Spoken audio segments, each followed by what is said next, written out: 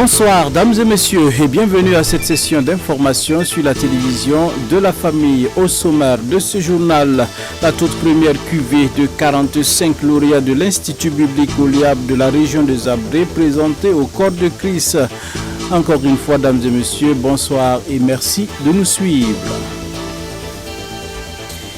L'Institut biblique Oliab de la région ecclésiastique de Zabré a organisé une cérémonie de remise de diplôme après 3 années de formation. C'est une première, mais impressionnante sortie de 45 lauréats, dont 27 de la sous-région de Zabré et 18 de la sous-région de Gombuskou et de Zonse. Eh bien, la cérémonie de sortie avec Abibalaï Bouraïma et Delouende Soré. Le Conseil régional ecclésiastique de Zabré a organisé 2 cérémonies de sortie de la toute première promotion de ces instituts bibliques Oliab le samedi 3 mai 2025. La première cérémonie de remise des diplômes s'est tenue à l'église centrale de Zabré.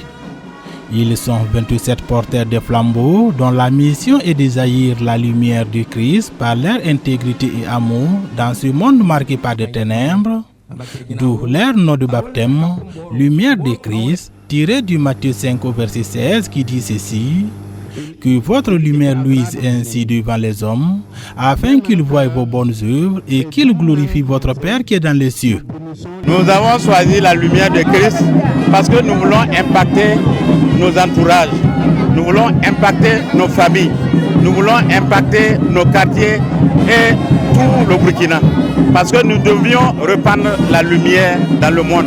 Et après ces 3 années de formation, nous avons appris des modules vraiment qui nous ont permis comment il faut supporter la famille, comment il faut s'intégrer à l'église, des modules également qui nous ont permis, et avec des versets et comment je vais dire, des Bibles à l'appui, comment il faut dispenser la parole de Dieu, comment prendre soin de sa maison, de sa famille, de ses enfants et l'église entière. Vraiment, toutes ces 3 années que nous avons passées, moi particulièrement, ça m'a fait du bien.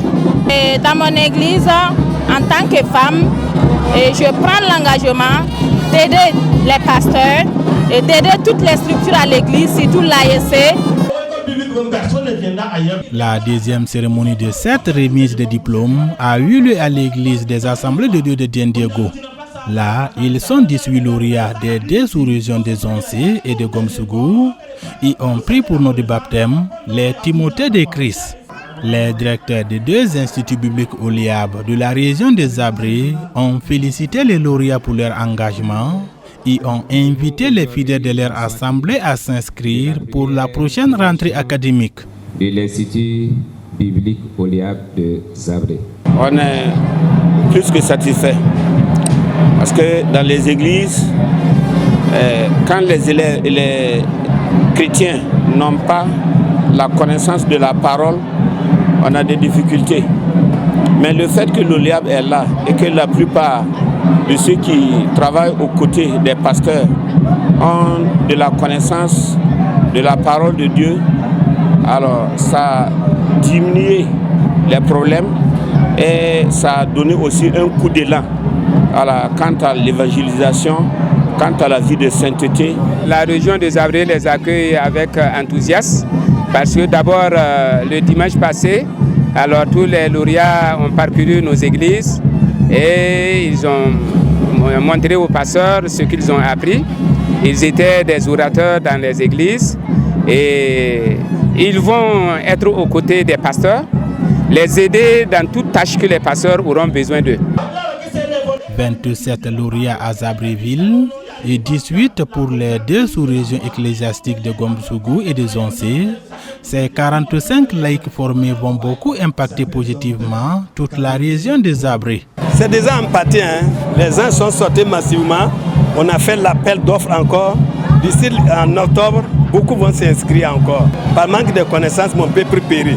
Nous aurons encouragé les églises qui sont autour de nous, que chaque église vraiment, y compris AEC, ZAD, DENA, toute structure, de les envoyer, nous allons les former pour qu'ils restent à côté des pasteurs pour nous aider à mieux servir Christ. Et tout ce que vous avez fait. Le directeur national des instituts bibliques OLIAB de l'Église des Assemblées de Dieu du Burkina Faso, orateur à ces deux cérémonies de sortie, a expliqué l'idée des instituts bibliques OLIAB. L'OLIAB est créé dans le but de répondre à son nom. Son nom c'est quoi? Aider les pasteurs à accomplir leurs tâches dans nos églises locales. C'est cette raison qui a amené les Assemblées de Dieu à ouvrir les centres OLIAB dans les régions, dans les sous-régions, dans les églises, pour former tous les chrétiens nés de nouveau, pour qu'ils puissent bien gérer leur foyer, alors connaître la parole de Dieu, et en faisant ça, nous aurons moins de problèmes dans nos églises, et ces actes aussi vont aider nos pasteurs dans leur mission. L'Institut biblique OLIAB de Zabré a ouvert ses portes en 2022. Après 3 années de formation, il équipe 45 personnes pour accompagner les pasteurs de leur église locale. Le directeur national des instituts bibliques OLIAB des Assemblées de Dieu du Burkina Faso a invité les responsables des structures dans des églises à s'inscrire et à suivre les formations dans des instituts bibliques OLIAB.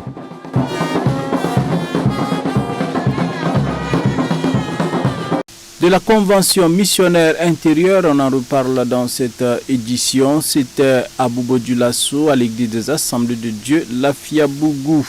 Eh bien, les deux orateurs, venus l'un de l'Angleterre et l'autre des États-Unis, ont entretenu le peuple de Dieu autour du thème principal et du sous-thème relatif à l'état des lieux des peuples non atteints dans le monde.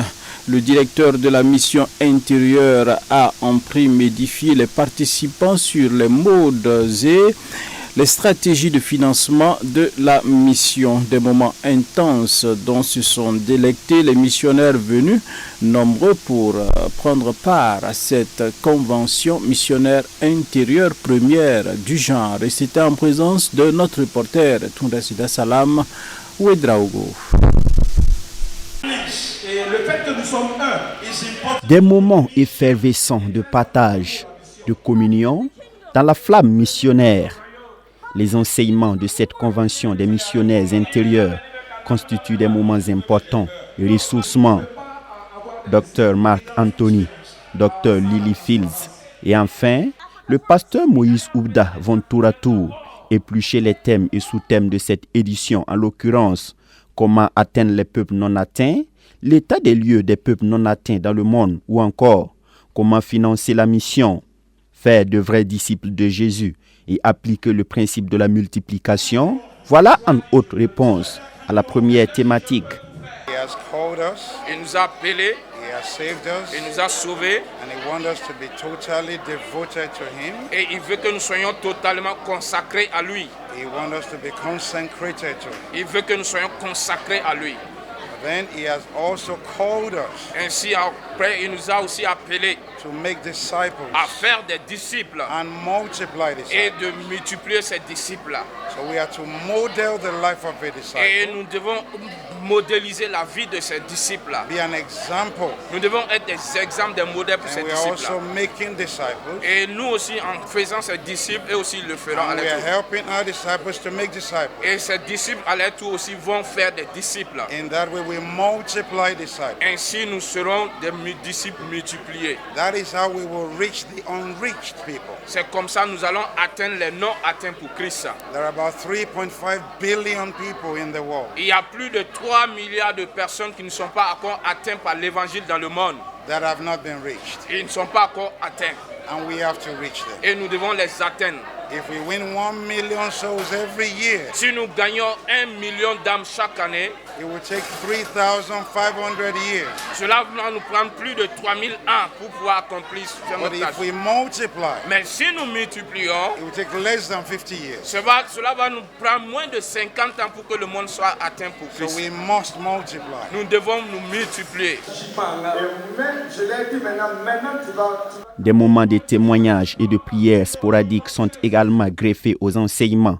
Pour les participants, ces enseignements auront été riches et les incitent à changer certains paradigmes pour être plus efficaces dans l'œuvre missionnaire.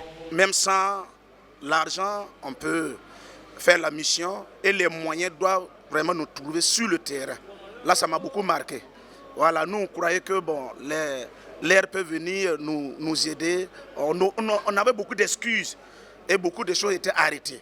Et grâce à cette convention, je pense que les choses vont mieux aller. Ça m'a beaucoup marqué, être membre d'une église, être un disciple de Jésus là, ce sentiment c'était vraiment profond et ça m'a beaucoup marqué. L'église peut être pleine, mais pas de disciples de Jésus. Là, moi, je vais chercher à rapprocher certaines personnes de moi, les former, les impacter pour qu'ils soient vraiment les vrais disciples de Jésus. Je viens de Centre-Nord. Maintenant, il ne faut pas que je vais utiliser ma culture Mouara, imposer sur les cultures Sénéfo et des Bolons. Parce que je travaille parmi les Bolons et les Sénéfo. Et il faut que j'essaie de comprendre leur manière de faire, leur manière d'agir et me socialiser à leur manière de faire sans compromettre la parole de Dieu en les évangélisant. Ça me donne la force de pouvoir encore revoir mon ministère au niveau de l'Église et au niveau des jeunes de l'Église. De ma propre expérience, j'avais rencontré une mission Capro. Et les années passées, ils m'ont aussi donné l'orientation vers un autre peuple. Nous avons eu la grâce de rencontrer un peuple, le peuple Kien. Alors, et quand nous sommes partis vers ce peuple, après, maintenant, moi-même, je suis rentré à l'église. Mais dans ces 2 temps, j'ai commencé avec la force et avec l'enseignement que j'ai reçu de Mission Capro et à rencontrer ces peuples. Mais aujourd'hui que nous sommes sortis de l'enseignement, je vais encore aller mettre en pratique pour pouvoir aborder ces peuples, comment faire avec les peuples, avec mon église, comment faire pour pouvoir annoncer l'évangile au milieu de ces peuples et comment faire pour pouvoir implanter une église à l'air saint. L'église des Assemblées de Dieu de Gouguin, partenaire de l'église du directeur de la mission intérieure depuis quelques années, est valablement représentée à cette convention. Une délégation qui s'est réjouie de la qualité des communications. Je peux dire que depuis hier, ce que nous voyons est édifiant et nous amène à réfléchir, mais aussi nous encourage davantage à avancer dans ce que nous faisons déjà, nous donne encore plus de force pour que nous puissions avoir encore des idées nouvelles dans le cadre du soutien à la mission sur le plan d'une manière générale et du soutien à la mission intérieure de façon spécifique. Je suis vraiment impressionné, je vois qu'il y a beaucoup d'émotions dans la salle. Et tout de suite dans la salle, pendant la session du pasteur Oubda, il y avait des gens autour de nous qui pleuraient. Donc cela montre vraiment que ce qui est dit est sensible et touche les cœurs. Et aussi c'est la réalité du terrain de notre pays. Et que nous devons ensemble travailler pour relever le défi de la mission, aussi bien à l'intérieur du Burkina qu'à l'extérieur du Burkina. En tout cas, je tiens à féliciter déjà l'Église Afiabougou pour le travail qui est abattu. Actually, the continent with the most Christians in the world today is Africa. Elle est en train de nous apprendre que le continent où il y a plus de chrétiens, c'est l'Afrique, c'est pas l'Europe, c'est pas les États-Unis. Le docteur Lily Fields, qui a présenté l'état des lieux des peuples non atteints dans le monde, a en outre annoncé que l'Afrique est le continent qui compte le plus de chrétiens dans le monde, avec plus de 600 millions de chrétiens, à la stupéfaction générale de l'auditoire, ce qui dénote la grandeur de la tâche de l'Église africaine dans la propagation de l'Évangile. Le pasteur Oubda a quant à lui insisté sur la nécessité d'unir les forces pour revigorer la mission, d'où son fameux terme, le léguéré, emprunté à la langue nationale dioula. Mali, en France, français. L'église des Assemblées de Dieu Quinte-Palgo vole au secours des veuves et orphelins des FDS tombés au front. Les fidèles de ce temple ont mobilisé des ressources composées de vivres et de non-vivres et une enveloppe financière pour soutenir ces personnes vulnérables en cette période de crise sécuritaire.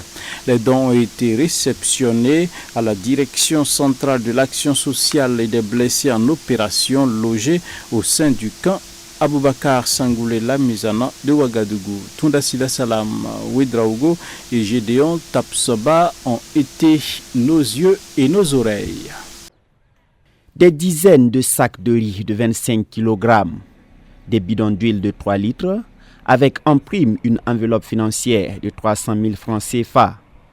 C'est le don qu'ont pu mobiliser les fidèles de l'église des Assemblées de Dieu de Quinte-Palgo pour les veuves et orphelins des forces de défense et de sécurité tombés au front. Un geste pour témoigner leur altruisme pour cette couche devenue vulnérable par la force des circonstances de la vie.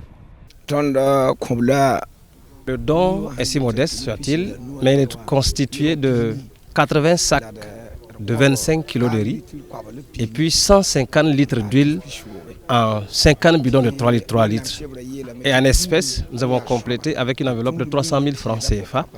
Parce que la religion pure et sans tache, c'est celle qui s'occupe des veuves et des orphelins. Ce qui a motivé le don, c'est que d'abord nous savons que ceux qui sont tombés sur le champ de la bataille, c'est nos petits frères, nos aînés, c'est nos enfants. Et les femmes qui sont aussi avec nous et les enfants sont de la famille.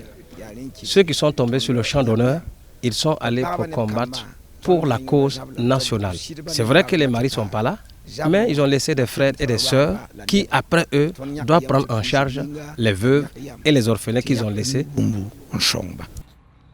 Les dons réceptionnés en cette matinée du 25 avril 2025 à la Direction centrale de l'action sociale et des blessés en opération constituent un signe fort donné.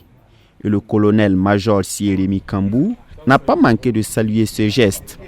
Après le passage, je suis vraiment ému et puis content de savoir que c'est toutes les couches sociales du pays qui ont pris conscience du drame qui se passe au Burkina. Et puis ils sont à leur 13e édition. Ils ont pensé que cette fois-ci, il faut qu'ils pensent aux proches de ceux qui sont tombés à défendre la nation. Donc nous ne pouvons qu'être honorés et être fiers d'eux pour le geste qu'ils ont posé en direction de ce public cible qui est si fragile, les veuves et les orphelins. À leur endroit, je dis au nom du ministre de la Défense et du chef d'état-major général des armées, je leur dis merci. Je leur dis merci au nom du ministre et du chef d'état-major parce que quand les combattants savent que derrière eux, ils sont soutenus, ça les motive. Ils savent qu'ils ne sont pas seuls et quel que soit ce qui va se passer. Les gens sont en prière et en matière de soutien logistique aussi. Ils sont là derrière eux. Le pasteur principal de cette église a par ailleurs encouragé les FDS dans leur mission de reconquête de l'intégrité territoriale.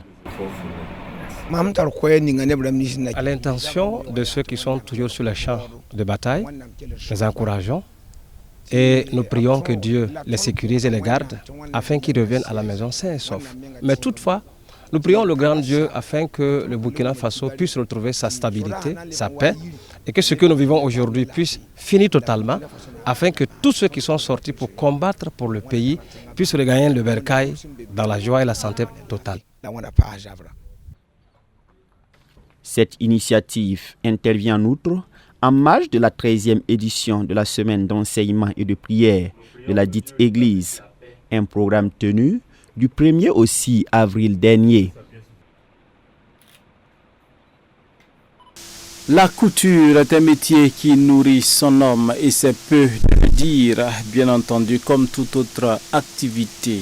Et pour valoriser davantage ce métier, Kiswen Sida Couture a organisé un concours de coupe couture. 5 lauréates parmi la vingtaine de candidates ont été primées au quartier Karpala de Ouagadougou. Le film, sous les images de Jonas Tondé. La voix, votre serviteur. Suivez. Une machine à coudre toute neuve, une attestation et une somme de 100 000 francs CFA, c'est ce que reçoit Eugénie Compaoré, la lauréate du concours organisé par Kiswen Sida Couture. Avec une dizaine d'années d'expérience, elle se démarque de la vingtaine de candidates par son savoir-faire en coupe-couture. C'est une satisfaction pour elle et son époux venu la soutenir. Vraiment, je suis vraiment contente et je rends grâce à Dieu.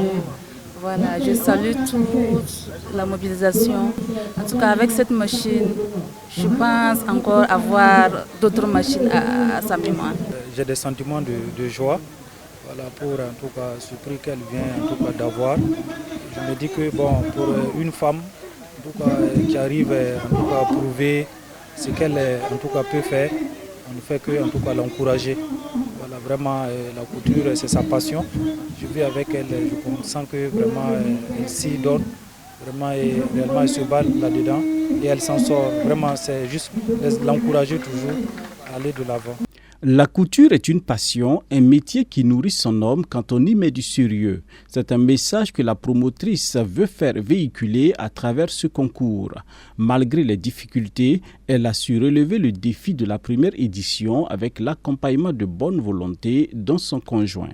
Concours kanga mamega nantarsame tom kolra parabane ko mpogolo tom kolra burkina kanwa ya wusro kitamti parabusro han kero rapora toma han kawayinga ha certi sirame tom kasoma ya nimbanla ya yela mamya kamyam nan dirla concours kanga na yilan to warastaba ti kompugli ni ne parabni subhanna ge an kaboro na we ko panga pampe bondo e roro we ko panga